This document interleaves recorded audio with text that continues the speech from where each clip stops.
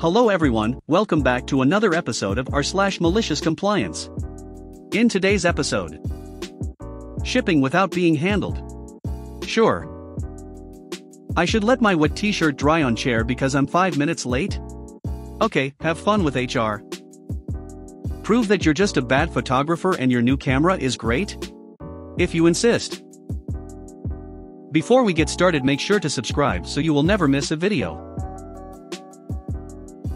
So let's get started. Shipping without being handled. Sure. This story is from close to 20 years ago, but it stuck with me from how bizarre it was at the time. It was the early 2000s. I worked in a very small company, 3 employees including the owner, that operated entirely online. We created custom graphic items for personal and professional use based on designs provided to us by the customer, similar to laser-cut stickers. Most of our orders were submitted online through a website, but we also took orders over the phone.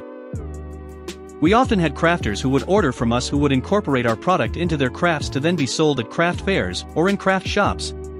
For example, they'd buy sheets of the alphabet in different fonts to customize plaques and the like. This story involves one such customer who placed her order over the phone. This was 20 years ago, so I've paraphrased the conversation for the most part since I can't remember specifics, but it was pretty close. I was the customer service associate, so I took all the orders. I picked up the phone with my usual cheery, "Thank you for calling, company, this is OP, how may I help you?" Immediately, without a hello or anything, she launches into her order. "I want 6 alphabet in, font A, at size 1, 2, 3, 4. 7 alphabet in, font B, at size 1, 2, 3, 4, 5, and 6. 7 alphabet in, font Q, at size 4, 5, 6, 7. Again, not the actual order, but an approximation of how rapid fire she was ordering. She went on, in the fastest voice imaginable. I couldn't get a word in edgewise to ask her to wait so I could grab a sheet of paper to actually write down what the heck she was ordering. I was trying desperately to keep track of what she was saying while searching for a working pen and a notepad. She had a voice like a rusty lemon, if that makes sense. Her voice instantly made me envision and Spiker from James and the Giant Peach, with all the warmth and friendliness that entails. Anyway, she reels off a laundry list of separate things she wants to order in a myriad of sizes and fonts, and also some stock images we offered. It was going to be a pricey order. When she finally stopped talking, the only way I knew she was done ordering, I read everything back to her, updating the earlier stuff in the order that I hadn't been able to catch because of my desperate search for a pen. As I'm reading it back, I'm typing the order into our financial software to get a grand total for her. "Okay, ma'am, that comes to $100 plus shipping and handling, which is $30. Yeah, shipping's expensive. I don't want to pay for that. I'm sorry. I don't want to pay for handling." This was new to me.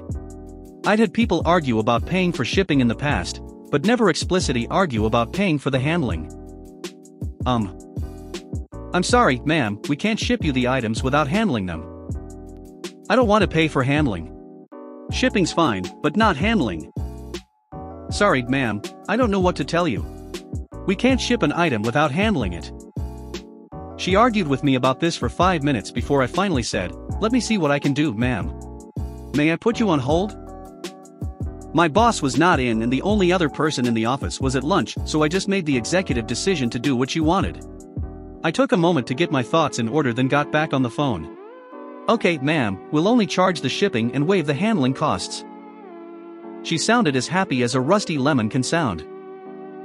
I told her I'd email her the invoice along with the proofs of her order for her to approve before we actually cut the material, then hung up. I put together the digital proofs for her order and her invoice. We charged a flat SNH rate for orders based on the total cost of the order, and I couldn't change it to take off the amount for handling. It was what it was. So on the invoice I manually removed and handling from the line item that read shipping and handling, and just left shipping $30. Then I created an additional row that read handling $0. I attached it all to an email and sent it to the customer and half expected her to call me back and complain that the shipping cost alone came to as much as the shipping and handling combined, and that she wanted to cancel the order, and I was a terrible person blah blah blah. Well, that didn't happen, and we shipped her order out the next day. I told my boss about my solution to the weird problem, and he was fine with it. It came back to bite me though, because that same woman called back regularly from that point on to order more products, and I had to manually edit her invoice each time. It was a hassle and a half. I left the job a few months later, but my first order from Aunt Spiker, the fast-talking anti-handler, has stuck with me in the years since. I should let my wet t-shirt dry on chair because I'm 5 minutes late? Okay, have fun with HR. Obligatory on mobile and non-English speaker. Also, it didn't happen in the US. I was lurking in this sub, and a couple of stories reminded me in MC I was a witness. A little background: back in 2017, I was working on a call center for a telecommunications company. I was almost 3 years there, and the job had gone from okay to okish to shitty in 6 months. The company did a lot of things that pissed most of us and lead to a few MCs and revenges. In 6 months, we had 4 different managers and 10 shift managers. The second to last before I bolted, and one of the protagonists of the story was a real piece of shit. He was a racist, misogynistic, homophobic tyrant with a big ego. Let's call him Kevin. He was the kind of manager that would try to micromanage you. Call log, how many incoming and outcalling you had, how many customer support, how many sales, and if you didn't hit your daylist would shout at you. If you were late you would have to work the same amount, and if it was more than 10 minutes would dock an hour of your pay. The other protagonist and malicious complier was Mary. Mary was a good-looking woman on her late 30s, with 20 years of experience on call centers, and a no-nonsense attitude. As you may understand, Mary and Kevin didn't like each other very much. But the incident that got the ball rolling happened on Pride Week. Mary was wearing a pride shirt in support of her lesbian daughter. Kevin said a few sexist and homophobic things, and they almost came to physical blows. HR intervened, but that seemed to galvanize Kevin, and after that day, he tried to make her life difficult every day. The incident: I was working the first shift, 7 to 1500 hours, on a Friday of early July. The weather was good until 11:30, when it suddenly darkened, and a heavy rain started falling. As the second shift, 12 to 2000 hours, started coming in, we noticed most of them were running a bit late. Heavy rain interfered with traffic, and wet to the bone. Most of them did a beeline to the bathroom to try to dry themselves with paper towels. Mary steps in at 12:05, looking like a drowned rat, and starts to go to the bathroom to dry herself. Kevin notices her and stops her. The following, very loud, almost shouting, conversation followed. Kevin, where do you think you're going? Mary, to the bathroom to dry my t-shirt. Kevin, you're late. You can to the bathroom during your break. Mary, I'm soaking wet. I don't want to work with a wet shirt. I need to dry it down. Kevin, I don't give a shit. You're late. You have to start working. Mary, but my shirt dash. Kevin, I do not care. You are late. You can let it dry on the chair while working. Cue malicious compliance. While most of us were a bit stunned by the whole exchange, Mary walks purposefully to her station, fires up the app and removes her t-shirt, and puts it on the back of the chair to dry. Now Mary is a well-endowed woman, and sitting there, wearing only her bra, is attracting a lot of attention. She had calmly put her headset on and already doing a call. To HR, Kevin, being Kevin, is the last one to notice a half-naked woman making calls. He goes and stands menacing behind her.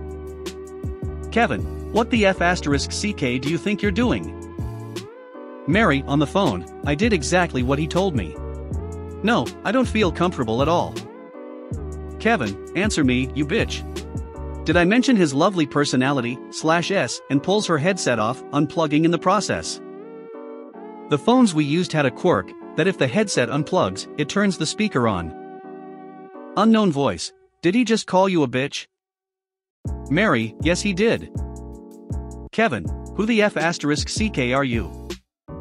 Unknown voice on speaker, HR. We be there in a few minutes. Kevin lost all his color as the speaker hang up. In about 10 minutes HR had arrived to find a properly cowed Kevin, Mary covering her legs with a beach towel, courtesy of a colleague who planned to visit the beach after the shift, and wearing a Man-O-War t-shirt while her own was still on the back of her chair, and a half-naked me. I provided the t-shirt. The aftermath. Before HR arrived, Mary had made one more call to the union. After interviewing everybody, Mary and Kevin were allowed to go home. Kevin was fired after 2 days. The delay outraged the union, who caused a fuss, and the next time something happened, they came down like a megaton of bricks on the company. Mary had collected evidence, including this one, and when the company tried to fire her, she sued and won a nice settlement. Prove that you're just a bad photographer and your new camera is great? If you insist. This was over 15 years ago, when digital SLRs were first becoming somewhat affordable to anyone who wasn't either wealthy or a professional photographer. I was in high school, had been a budding photographer for years already, and working in a small retail photo supply shop. I had a customer who appeared to be in his early 60s come in one Saturday and spend over an hour demoing just about every camera we sold. I honestly looked forward to those customers because it made the time go faster, and I generally enjoyed talking shop with people. Eventually, he settled on one that we both thought would suit his needs, and I rang him up. A few nights later, he comes back. I've already been given a heads up by the store's owner that this guy has called ahead, and he is pissed. When the customer arrives, he immediately accuses me of selling him a camera that's either broken or simply not good enough for what he wants to use it for, taking pictures of his grandkids, who like most tiny children are not always sitting perfectly still. It's too slow, it takes the picture after the kid's already done something, every photo is blurry, etc. I take him at his word, I have no reason not to, and examine the camera, changing some settings and snapping a few pictures as I go. I genuinely cannot find anything wrong with it at all. As gently as I can, I try to tell him that it may be a combination of using the wrong settings on the camera for what he's trying to photograph, while teaching him the right ones, and maybe a bit of slow reflexes that will develop with practice. Keep in mind that I'm young and terrified of losing my job, so believe me when I say I'm as delicate as I can be with the whole situation. But that was the wrong answer, apparently. His solution: okay hotshot, let's see you make it work. I'm going to wave my arms back and forth over my head, and I want you to take pictures when they're straight up. He insists this will prove that the camera is too slow and can't take a sharp picture. He hands me the camera, and starts doing his best wave your hands in the air like you just don't care right in the store. Snap, snap, snap. I hand the camera back and let him review the photos, each one showing the exact moment he wanted me to photograph, perfectly sharp and in focus. He didn't say another word. He huffed, hastily shoved everything back into his camera bag and stormed off. Sorry, sir. Just doing what you asked me to. If you made it to the end of the video, thanks for watching. Don't forget to like, subscribe and share, and we will see you in the next video.